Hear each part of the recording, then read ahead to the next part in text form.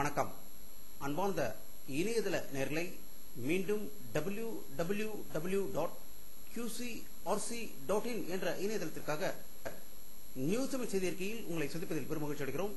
இன்று 15 ஆகஸ்ட் 2009 முக்கிய செய்திகளை தற்போது பார்க்கலாம். பாரத பிரதமர் மன்மோகன் சிங் அவர்கள் இந்தியாவின் 63வது சுதந்திர தின விழா கொண்டாட்டத்தின் காலை காந்தி சமாதிக்கு சென்று மலரஞ்சலி செலுத்தியதாகவும் பின்பு செங்கோட்டையில் தேசிய கொடி ஏற்றி வைத்து உரையாற்றியதாகவும் நாட்டில் உள்ள தீவிரவாதத்தை அடியோடு ஒழிப்பதற்கு பாடுபட இருப்பதாகவும் நாட்டின் வளர்ச்சி சதவீதத்தை 9ஆக உயர்த்த பாடுபடுவேன் என்று சூழியெடுத்ததாக டெல்லியில் இருந்து தகவல்கள் வெளிவந்து கொண்டிருக்கிறது.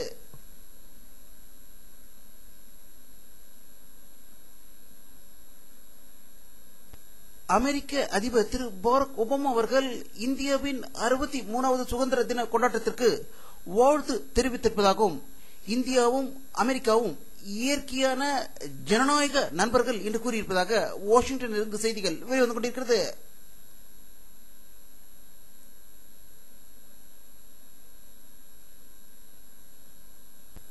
ரஷ்ய அதிபர் மொண்டாதேவ் இந்திய சுதந்திர தினத்திற்காக அனுப்பிய வாழ்த்து செய்தியில் இந்தியாவும் ரஷ்யாவும் தங்களுடைய உறவுகளை மேம்படுத்துவதற்கு முக்கியத்துவமும் முன்னுரிமையும் அளிக்கப்படும் என்று அவர் வாழ்த்து செய்தி அனுப்பியிருப்பதாக மாஸ்கோவில் இருந்து செய்திகள் வெளிவந்து கொண்டிருக்கிறது.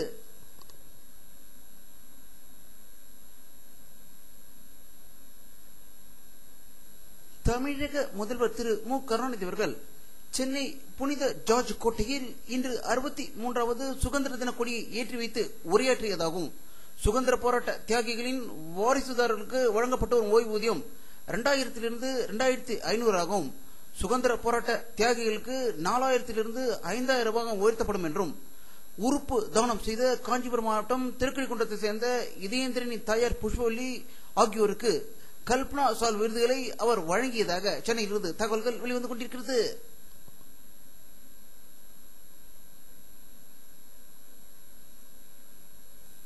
கோத்தகிரியில் உள்ள கொடநாடு எஸ்டேட்டில் அதிமுக மாவட்ட செயலாளர் கூட்டத்தை அக்கட்சியின் பொதுச் செயலாளர் செல்வி ஜெயலலிதா அவர்கள் தலைமையில் நடந்ததாகவும் இதில் இடைத்தேர்தலில் எந்த வேட்பாளருக்கும் ஓட்களிக்கக்கூடாது என்பதை பற்றி மக்களிடம் பிரச்சாரம் செய்ய வேண்டும் என்றும் அதேபோல் அதிருப்தி நீராவர்கள் பட்டியலை சேகரித்து தேவையான நடவடிக்கை எடுப்பது பற்றி இந்த கூட்டத்தில் விவாதிக்கப்பட்டதாக கோத்தகிரியில் இருந்து தகவல்கள் வெளிவந்து கொண்டிருக்கிறது.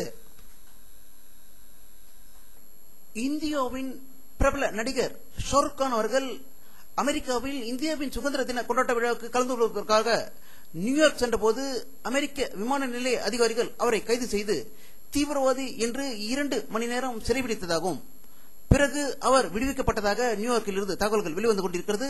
இதை பற்றி நம்முடைய அரசியல் வல்லுநரிடம் கருத்து கேட்டபோது அமெரிக்க விமான நிலைய அதிகாரிகள் அனைவருக்குமே இவர் பிரபலமான நடிகர் என்று நன்றாகவே தெரியும் என்றும் ஆனால் இப்படிப்பட்ட பிரபலங்களை அவர் கைது செய்து வைப்பதால் அவர்கள் தங்களுடைய கடமையை மிக துல்லியமாக செய்கிறார்கள் என்று அவர்களுடைய அரசுக்கு வலியுறுத்தவே இப்படிப்பட்ட செயல்களில் ஈடுபடுகிறார்கள் என்று அரசியல் வல்லுநர்கள் கருத்து வெளியிட்டிருக்கிறார்கள்.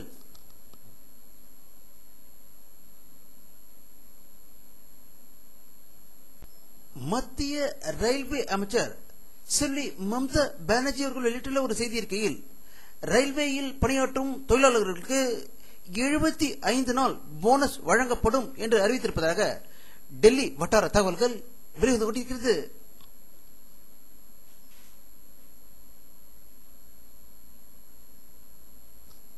தமிழ் ஈழ நாட்டில் கடும் மழை பெய்து கொண்டிருப்பதால் அகதிகளாக முகாம்களில் உள்ள தமிழர்கள் படும் அவதிக்கு உள்ளாயிருப்பதாகவும் முகாமை விட்டு வெளியேறினால் ராட்சச இலங்கை ராணுவத்தினர் சுட்டுக் கொண்டு விடுவதாக பயமுறுத்துவதாக தமிழ் ஈழ நாட்டிலிருந்து செய்திகள் வெளிவந்து கொண்டிருக்கிறது.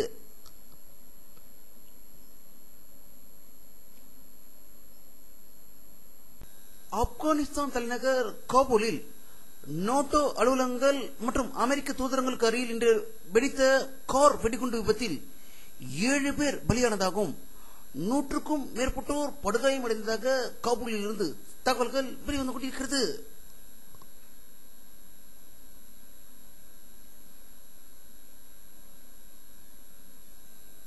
பாலஸ்தீன காசா பகுதியில் ஒரு மசூதிக்குள் அமாஸ் பாதுகாப்பு பிரிவினருக்கும் ஜனாத் அன்சார் அல்லாஹ் என்ற பிரிவினருக்கும் இடையே நடந்த பயங்கர துப்பாக்கி சண்டையில் 22 பேர் பலியானதாக 150 பேருக்கும் மேற்பட்டோர் படுகாயம் அடைந்ததாக காசாவில் இருந்து செய்திகள் வெளிவந்து கொண்டிருக்கிறது.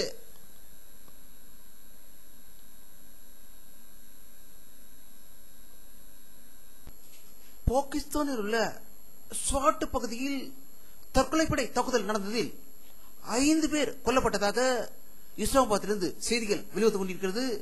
இந்த ஸ்வாட் பள்ளத்துக்கு அருகில்தான் கைபர் போலர் கணவாய்கள் இருக்கின்றது என்றும் இதன் வழியாகத்தான் ஆரிய பார்ப்பனிகள் இந்தியாவுக்குள் ஊடுருவினார்கள் என்பது குறிப்பிடத்தக்கது.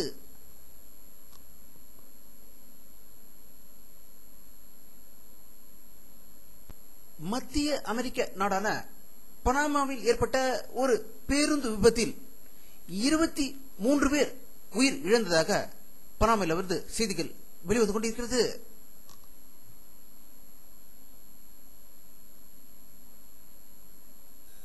தூத்துக்குடி மாவட்ட ராஜா என்ற மீனவர் கடலுக்கு மீன்பிடிக்க சென்ற போது அவருடைய வலையில் அதிசய மீன் ஒன்று சிக்கியதாகவும் அந்த மீன் 2 கிலோ எடை இருப்பதாகவும் அதை பார்க்கும் போது ஒரு உரித்த கோழியை போல் காட்சியளிப்பதாகவும் இந்த மீனை ஒரு தொட்டியில் போட்டு தற்போது வளர்க்கப்பட்டு வருவதாகவும் இதை பற்றி அறிவதற்கு மேல் அதிகாரிகளுக்கு தகவல் தெரிவிக்கப்பட்டுள்ளதாக தூத்துக்குடியிலிருந்து தகவல்கள் வெளிவந்து கொண்டிருக்கிறது.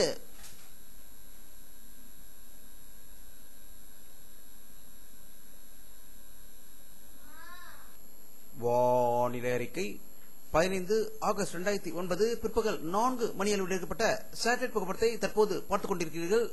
தமிழகத்தில் பரவலாக மேகமூட்டங்கள் காணப்படுகின்றன. வங்காள விரிகுடாவும் மேகமூட்டங்கள் காணப்படுகின்றன.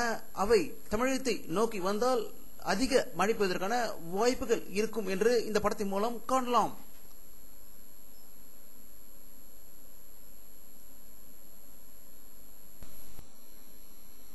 இத்துடன் இந்த செய்தி அறிக்கை நிறைவடைகிறது.